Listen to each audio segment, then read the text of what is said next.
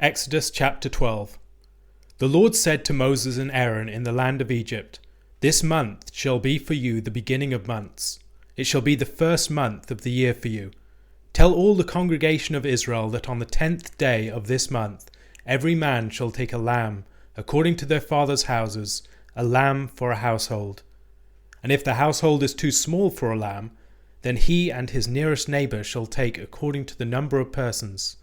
According to what each can eat, you shall make your count for the lamb. Your lamb shall be without blemish, a male a year old. You may take it from the sheep or from the goats, and you shall keep it until the 14th day of this month, when the whole assembly of the congregation of Israel shall kill their lambs at twilight. Then they shall take some of the blood and put it on the 2 doorposts and the lintel of the houses in which they eat it. They shall eat the flesh that night, roasted on the fire, with unleavened bread and bitter herbs they shall eat it. Do not eat any of it raw or boiled in water, but roasted, its head with its legs and its inner parts. And you shall let none of it remain until the morning. Anything that remains until the morning you shall burn. In this manner you shall eat it, with your belt fastened, your sandals on your feet, and your staff in your hand. And you shall eat it in haste. It is the Lord's Passover. For I will pass through the land of Egypt that night, and I will strike all the firstborn in the land of Egypt, both man and beast, and on all the gods of Egypt I will execute judgments. I am the Lord. The blood shall be a sign for you on the houses where you are, and when I see the blood I will pass over you, and no plague will befall you to destroy you when I strike the land of Egypt. This day shall be for you a memorial day, and you shall keep it as a feast to the Lord throughout your generations. As a statute forever, you shall keep it as a feast. 7 days you shall eat unleavened bread. On the first day you shall remove leaven out of your houses. For if anyone eats what is leavened from the first day until the 7th day, that person shall be cut off from Israel. On the first day you shall hold a holy assembly, and on the 7th day a holy assembly. No work shall be done on those days. But what everyone needs to eat, that alone may be prepared by you. And you shall observe the feast of unleavened bread. For on this very day I brought your hosts out of the land of Egypt. Therefore you shall observe this day throughout your generations as a statute forever. In the first month, from the 14th day of the month at evening, you shall eat unleavened bread until the 21st day of the month at evening. For 7 days no leaven is to be found in your houses. If anyone eats what is leavened, that person will be cut off from the congregation of Israel, whether he is a sojourner or a native of the land. You shall eat nothing leavened. In all your dwelling places you shall eat unleavened bread. Then Moses called all the elders of Israel and said to them, "Go and select lambs for yourselves, according to your clans, and kill the Passover lamb. Take a bunch of hyssop, and dip it in the blood that is in the basin, and touch the lintel and the 2 doorposts with the blood that is in the basin. None of you shall go out of the door of his house until the morning. For the Lord will pass through to strike the Egyptians, and when he sees the blood on the lintel and on the 2 doorposts, the Lord will pass over the house, and will not allow the destroyer to enter your houses to strike you. You shall observe this rite as a statute for you and for your sons forever. And when you come to the land that the Lord will give you, as he has promised, you shall keep this service. And when your children say to you, 'What do you mean by this service?' you shall say, 'It is the sacrifice of the Lord's Passover, for he passed over the houses of the people of Israel in Egypt, when he struck the Egyptians but spared our houses.' And the people bowed their heads and worshipped. Then the people of Israel went and did so, as the Lord had commanded Moses and Aaron, so they did. At midnight the Lord struck down all the firstborn in the land of Egypt, from the firstborn of Pharaoh who sat on his throne, to the firstborn of the captive who was in the dungeon, and all the firstborn of the livestock. And Pharaoh rose up in the night, he and all his servants and all the Egyptians, and there was a great cry in Egypt, for there was not a house where someone was not dead. Then he summoned Moses and Aaron by night and said, 'Up, go out from among my people, both you and the people of Israel, and go serve the Lord as you have said. Take your flocks and your herds, as you have said, and be gone, and bless me also." The Egyptians were urgent with the people to send them out of the land in haste, for they said, "We shall all be dead." So the people took their dough before it was leavened, their kneading bowls being bound up in their cloaks on their shoulders. The people of Israel had also done as Moses told them, for they had asked the Egyptians for silver and gold jewelry and for clothing. And the Lord had given the people favour in the sight of the Egyptians, so that they let them have what they asked. Thus they plundered the Egyptians. And the people of Israel journeyed from Ramses to Succoth, about 600,000 men on foot, besides women and children. A mixed multitude also went up with them, and very many livestock, both flocks and herds. And they baked unleavened cakes of the dough that they had brought out of Egypt, for it was not leavened, because they were thrust out of Egypt and could not wait, nor had they prepared any provisions for themselves. The time that the people of Israel lived in Egypt was 430 years. At the end of 430 years, on that very day, all the hosts of the Lord went out from the land of Egypt. It was a night of watching by the Lord, to bring them out of the land of Egypt. So this same night is a night of watching kept to the Lord by all the people of Israel throughout their generations. And the Lord said to Moses and Aaron, "This is the statute of the Passover. No foreigner shall eat of it, but every slave that is bought for money may eat of it after you have circumcised him. No foreigner or hired worker may eat of it. It shall be eaten in one house. You shall not take any of the flesh outside the house, and you shall not break any of its bones. All the congregation of Israel shall keep it. If a stranger shall sojourn with you and would keep the Passover to the Lord, let all his males be circumcised. Then he may come near and keep it. He shall be as a native of the land, but no uncircumcised person shall eat of it. There shall be one law for the native and for the stranger who sojourns among you." All the people of Israel did just as the Lord commanded Moses and Aaron. And on that very day the Lord brought the people of Israel out of the land of Egypt by their hosts. Exodus chapter 12 begins strangely. It begins with the words, "The Lord said to Moses and Aaron in the land of Egypt." This snatches us out of the narrative and positions us at a point from which we are looking back. Why is this? It seems to be the institution of something that should be ongoing within Israel's life. At this key point, liturgy supersedes and interprets narrative as the most important narrative of all in the life of Israel. It takes the form of ongoing ritual.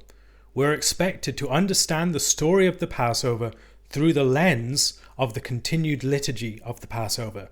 The point of the Passover is not so much the original event as the continued practice. The force of the original events continues, and the point of the ritual is the future practice in the land, and there are a number of references to this within this chapter. It's looking forward, as are a number of the things in chapter 13, to what they will continue to do when they're in the land. This event of deliverance will be one that they look back on and which has continued force and emphasis within their lives. It looks forward, not just back. It's a sign of hope, not just one of memory. And beyond establishing a new ritual, God also resets the calendar. This will provide the basis for Israel's future experience of time. The interruption of the narrative at this point to institute an ongoing ritual has the effect of heightening suspense. We're waiting for what's going to happen, for the hammer to fall, and at this point, we're held back. We're waiting for this institution of the Passover, and once that has taken place, then we can hear about the judgment. The symbolism of the Passover is worth tarrying with. There's a lot that could be explored here, but here are a few brief thoughts. They leave in haste through a bloody door. In the story of the Exodus, the prominence of themes of birth and stories of birth are not accidental, and in the chapter that follows we'll see more emphasis upon this. Israel is God's firstborn son, and the story of the Exodus is the story of a coming to birth. We might also think about some other details of the rite. Why a pot without water in it? Why eat the meal in a group? Why do they have to draw out a lamb? Why do they dip the hyssop in blood? There are many different ways we could explore this. Perhaps there are some connections with the rite for leprosy, but perhaps we are also supposed to see connections with the story of Joseph. The pot without water in it might remind us of Joseph being thrown into a cistern without water. Why eat the meal in a group? They had thrown Joseph into the cistern and sat down and ate a meal together. Why did they draw out a lamb? Well, the last time that same phrase was used was in the story of Genesis 37, where Joseph was drawn out of the pit to be brought down into Egypt. Now they're going to have to draw their brother out of Egypt and bring him back to the land, to the place where he first got lost. Why dip the hyssop in blood? Because the brothers dipped Joseph's tunic in blood and presented it to their father. What is the blood that the tunic is dipped in? The blood of a sheep or a goat. And the goat's blood was that which was used to feign the death of their brother. The story of the Exodus is in part the story of the rescue of Joseph, the brother that was lost in Egypt, and the restoration of him back to the land. It's the expectation at the end of the book of Genesis. It's the event that takes place in the next chapter as they go up with the bones of Joseph. And in the book of Joshua at the very end, it's the culmination of the story of the Exodus, the burial of Joseph. God will execute a final judgment upon the gods of Egypt at this point. We see this in verse 12.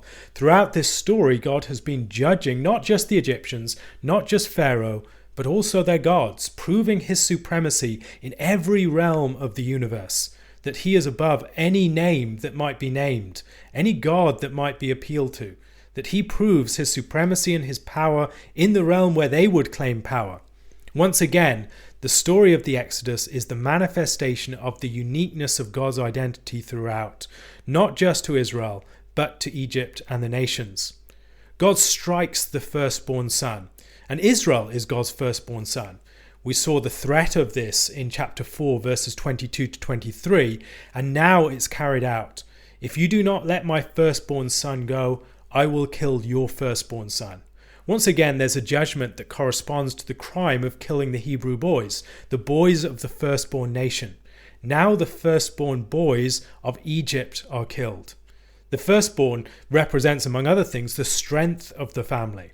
The firstborn is the one who pushes forward the family's destiny and also is the standard bearer for its identity. The firstborn is also the bridge between generations, the bridge between parents and children, representing the mediation of the parents' influence to the younger siblings. As God takes the lives of the firstborn, he's judging Egypt for what it has done to his firstborn. His firstborn, Israel, is supposed to lead the other nations into his worship. And as his firstborn has been taken by another, he will strike that opponent until they let his firstborn free. The Israelites dressed themselves with the plunder and the riches of the Egyptians, as they had been promised by God earlier on. They leave with 600,000 men, besides women and children. This is military numbering. They are God's hosts, leaving the land to enter into a new land. The numbers here might also recall those connected with the ark and the age of Noah. There are similar factors, and maybe we're supposed to see some sort of connection.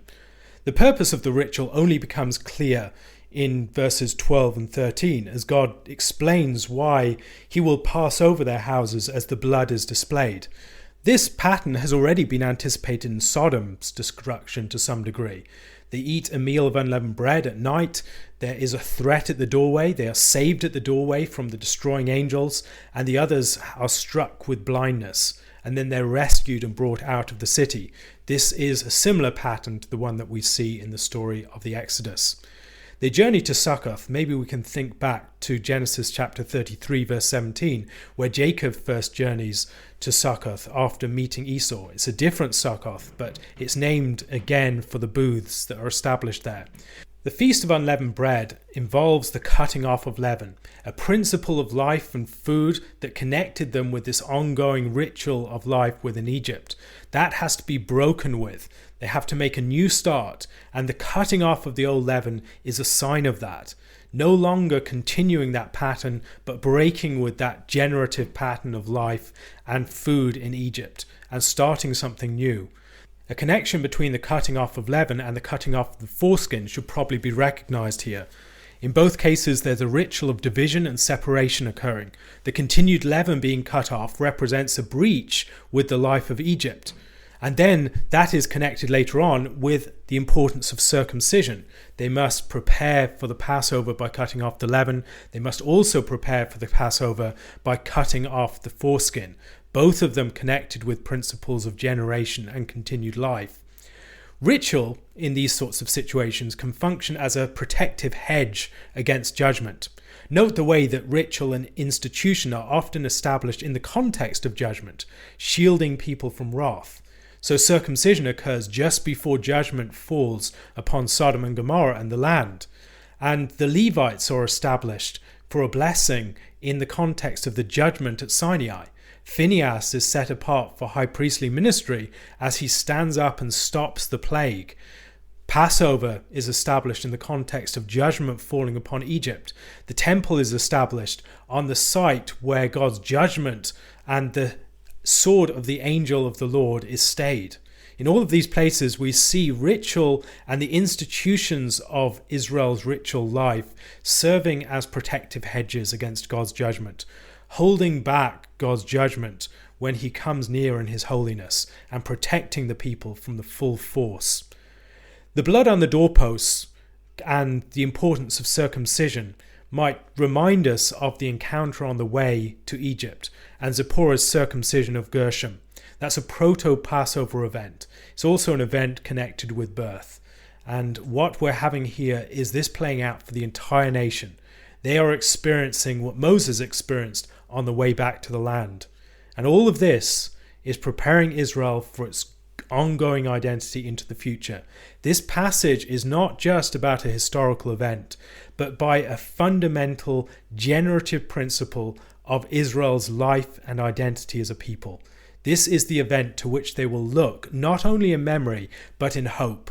It's the framework in which they understand God's concern for them as a people and look forward to the future in which God will reveal and fulfill the true promise of this historical deliverance.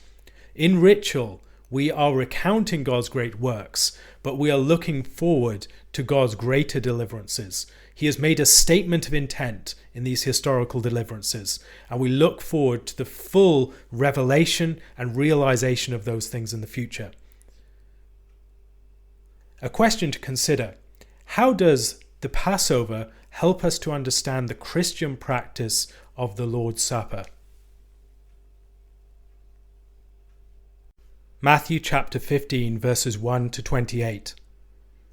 Then Pharisees and scribes came to Jesus from Jerusalem and said, "Why do your disciples break the tradition of the elders?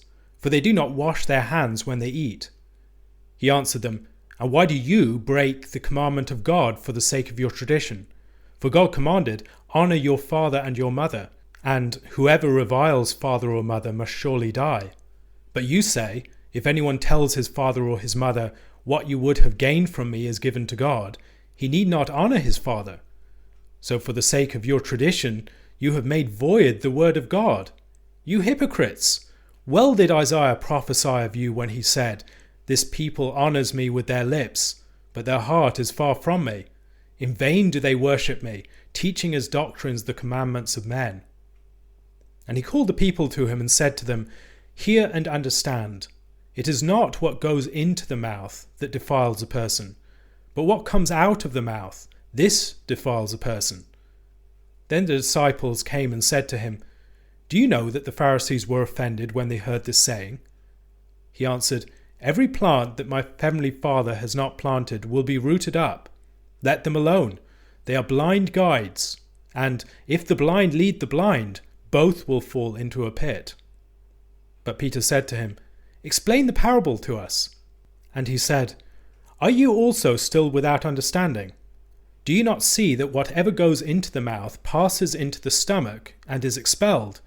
But what comes out of the mouth proceeds from the heart, and this defiles a person. For out of the mouth come evil thoughts, murder, adultery, sexual immorality, theft, false witness, slander. These are what defile a person. But to eat with unwashed hands does not defile anyone.' And Jesus went away from there and withdrew to the district of Tyre and Sidon.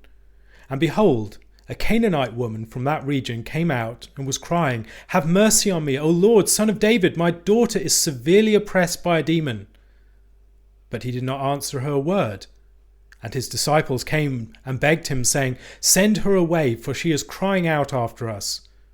He answered, "I was sent only to the lost sheep of the house of Israel." But she came and knelt before him, saying, "Lord, help me." And he answered, "It is not right to take the children's bread and throw it to the dogs." She said, "Yes, Lord, yet even the dogs eat the crumbs that fall from their master's table." Then Jesus answered her, "O woman, great is your faith. Be it done for you as you desire." And her daughter was healed instantly. Matthew 15 verses 1 to 20 is an objection story with 3 scenes. Jesus engages first with the Pharisees and the scribes in verses 1 to 9, then with the people more generally in verses 10 to 11, and then finally with the disciples in verses 13 to 20. Jesus accuses the Pharisees and scribes when they ask him about his disciples not washing their hands. He accuses them of undermining the commandment of God through their tradition. There's an ongoing theme in the Gospel of Matthew of law-keeping and breaking. Jesus seeks to fulfill the law, and this is not just a focus upon every nitty-gritty detail of the law in just the letter. It's about fulfilling the deep intent of the law. As we've seen just earlier in his teaching on the Sabbath, Jesus is concerned to fulfill the purpose of rest, not just to obey some commandment that's narrowly focused upon external observance. Jesus contrasts fulfilling with making void. The Pharisees make void the law. They act in a way that undermines the deep intent of the law. Rather than actually serving to honor parents, they seek to find some way to circumvent God's purpose in the commandment. They are not fulfilling the spirit. They're using the letter and a perverse distortion of the letter to undermine the spirit. This whole section is bookended with statements about cleansing hands when eating. Jesus is dealing with the objection, but within a far more fundamental challenge to the Pharisees and the scribes and their form of religion. Tradition is to be judged, as Jesus teaches here, by Scripture. And the problem for the Pharisees is primarily their hypocrisy, the way that they are focusing upon external observances that hide the impurity of the heart. And the purity of the heart is absolutely integral for Christ. Blessed are the pure in heart, for they will see God. The point of this passage is not primarily an argument against food laws, but rather against the Pharisaic use of the tradition. Even the Levitical law highlighted that what came out was the real problem. Things were impure because they emerged from flesh, not because they came in and defiled persons who were already pure. Once again, Jesus is challenged here concerning the behavior of his disciples, as he was at the beginning of chapter 12 concerning their Sabbath practice. And Jesus answers a question with a question. This is a rhetorical practice that Jesus employs on a number of different occasions. It's a way of throwing the challenge back to the people who have thrown it at him. And here Jesus is emphasizing that the Pharisees and scribes have no basis upon which to make this claim to him. They have no authority from which to make it. As far from being those who are upholding the law and in position to judge others concerning it, they are those who are concerned with undermining the law, of avoiding rather than observing its intent. Jesus underlines the importance of the commandment to honor parents with the citation of Exodus chapter 21 verse 17, in addition to the citation of the 5th commandment, that those who dishonor father and mother should be put to death. This is the severest penalty. And yet they're undermining the spirit of that law entirely, trying to find some escape clause, some way to avoid it. And the use of the Corban vow to defraud one's neighbor, in this case parents, from what is due to them, is something that cuts loose love for God from love to neighbor, which should be its necessary corollary. Jesus quotes Isaiah chapter 29 verse 14, and maybe we should pay attention to the context of that verse here. Because this people draw near with their mouth and honor me with their lips, while their hearts are far from me, and their fear of me is a commandment taught by men. Therefore, behold, I will again do wonderful things with this people, with wonder upon wonder, and the wisdom of their wise men shall perish, and the discernment of their discerning men shall be hidden. As usual, when we're reading quotes from the Old Testament and the New, we need to consider what comes around the quote that's used, not just the quote itself. And here I think that wider context can maybe be seen as part of the condemnation of them, that Jesus is going to perform all these wonders, all these signs, and rather than actually responding to them, there will be forms of judgment upon them. Jesus does not directly answer the Pharisees' question at this point. He simply levels a counter-accusation. He fundamentally challenges the grounds on which they are making the accusation. They are falsely claiming authority as arbiters of proper adherence to God's law, while violating it themselves. Jesus teaches again here that what comes out of the mouth is what really matters. The importance of the tongue is that it can manifest the heart. Now this is speech, but he also includes other things. But the tongue is symbolic of the place where things emerge from the heart the most. We should probably beware of seeing this simply as a light dismissal of the food laws, rather than a disclosure of their true rationale. The point here, I don't think, is that Jesus wants to just abrogate the old food laws. You have that sense in Mark to some degree, but I think there's more going on. Rather, the concern is to understand what they're really about. What really makes the logic of the food laws work? Is it about avoiding external impurity? Or is it about symbolizing something more about the pursuit of internal purity? Jesus is fond of highlighting the radical antitheses that one encounters, for instance, in the prophets, pitting the external practice over against its internal rationale and purpose. So, mercy versus sacrifice. The point of such an opposition is not that sacrifice shouldn't be made or should be negated or abrogated. The tradition isn't being rejected wholesale. Rather, Jesus is showing the proper integrity of heart and act that should exist. He speaks about these people as those who are not the planting of God, that will be uprooted. Can maybe consider this in light of the parable of the wheat and the tares just a few chapters earlier. He presents implicitly the Pharisees as tares here, and as religious authorities they're supposed to be guides to the blind, but they are actually like blind leading the blind. Peter speaks for the disciples, asking for explanation of Jesus' challenge to the authority of the Pharisees, and Jesus then addresses the original point of the confrontation and the challenge. There's a loose relationship of Jesus' list of defiling things that arise from the heart with the 6th to the 10th commandments, the commandments from murder to covetousness. And there's an emphasis then upon the internal posture that's ultimately foundational to all true law observance. We've seen in Jesus' teaching at many points that he's about the fulfillment of the law and the serving of its true intent, not to the doing away with the ritual and external observances, but to the fulfillment of the true intent that will make those ritual external observances have their proper place and purpose. Jesus ends with a reference back to the challenge that was given first in verse 2, which has the effect of tying the whole section together. It also provides some sort of rationale that's more explicit within the book of Mark for Gentile inclusion. Even though they may not be observing these symbolic commandments, they are observing the true reality of the heart.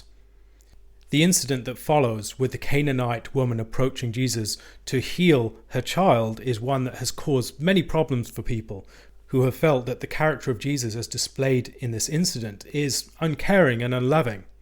I don't think that's actually the case. I think that a careful reading of this particular incident will help us to see what's truly going on.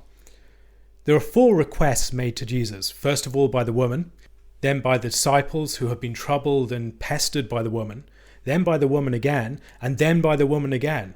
She's rebuffed the first time with silence. Then there's a statement made to the disciples about the lost sheep of the house of Israel and the fact that Christ is sent only to them. Then there's the statement about the children's food.